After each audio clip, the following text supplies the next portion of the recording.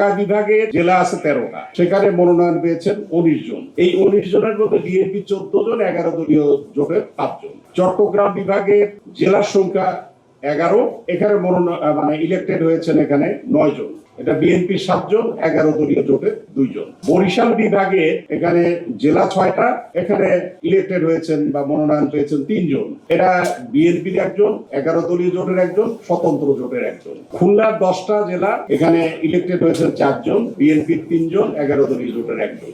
রাজশাহীর 8টা জেলা, 6 জন পেয়েছেন এখানে মনোনয়ন, বিএনপি থেকে 5 জন, 11 দলীয় জোট থেকে 1 জন। রংপুরের 8টা জেলা, এখানে মনোনয়ন পেয়েছেন বা ইলেক্টেড হয়েছেন মাত্র 2 জন, এই 2 জনে বিএনপি। ময়মনসিংহের 4টা জেলা, এখানে পেয়েছেন 5 জন, এখানে বিএনপি 3 জন এবং 11 দলীয় জোটের 2 জন। সিলেটের 4টা জেলা, এখানে 2 জন মনোনয়ন পেয়েছেন বা ইলেক্টেড হয়েছেন। তা সেক্ষেত্রে আমরা দেখেছি যে কোনো এলাকা বেশি, কোনো এলাকা কম, এটা বৈষম্য বলবো কিনা। আবার দলগুলো তো আলাদা আলাদা ভাবে যেহেতু মনোনয়ন দেয়, সেক্ষেত্রে সমন্বয় করা ঠিক কিনা। যদি আইনসভা হিসাবে বিবেচনায় নেই, এটা তো জোর করে এটাকে উন্নয়নের কাজে ঢুকানো হয়, আইনসভা হিসাবে যে কোনো জায়গায় হতে পারতো, সেটাতে কোনো আপত্তি নেই। কিন্তু তাদেরকে তো আবার সাংবিধানিক আকাঙ্ক্ষার বিপরীতে গিয়ে স্থানীয় উন্নয়নের দায়িত্ব দিয়ে দেয়। কয়েকদিন আগে তো আমরা একটা প্রেস কনফারেন্স করেছিলাম লোকাল গভর্নমেন্টের, সেই ইস্যুগুলো এসেছিল ওখানে। আর সম্পদের তথ্যের ক্ষেত্রে 74% আমরা দেখেছি যে কোটি টাকার অধিক তাদের সম্পদ। দল ভিত্তিক ভাবে এই তথ্যটা কিছুটা দেওয়া আছে। দ্বাদশ জাতীয় সংসদ নির্বাচনের সময় স্বল্প সম্পদের মালিক, অর্থাৎ 25 লক্ষ টাকার কম, এরকম দেখেছি আমরা 20%।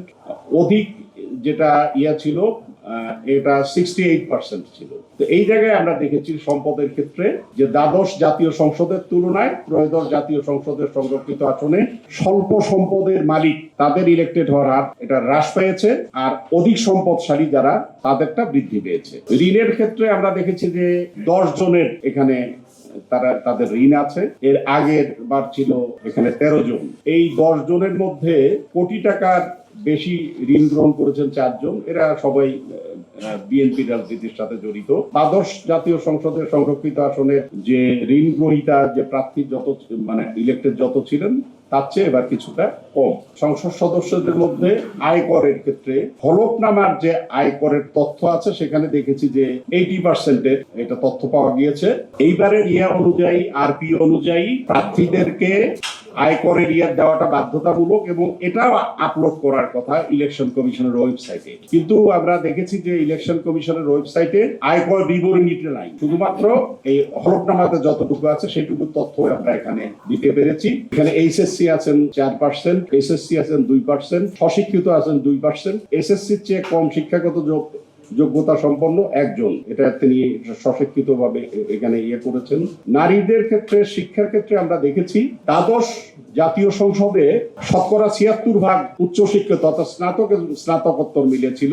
এবারে 2% বেড়েছে, এখানে এটা 78% এখানে আছে। পেশার ক্ষেত্রে আমরা দেখেছি যে এইবার 50 জনের মধ্যে 13 জনকে আমরা পেয়েছি আইনজীবী, এবং এদের মধ্যে 6 জন আছেন যারা বলেছেন যে পেশার ঘরে উল্লেখ করেছেন রাজনীতি।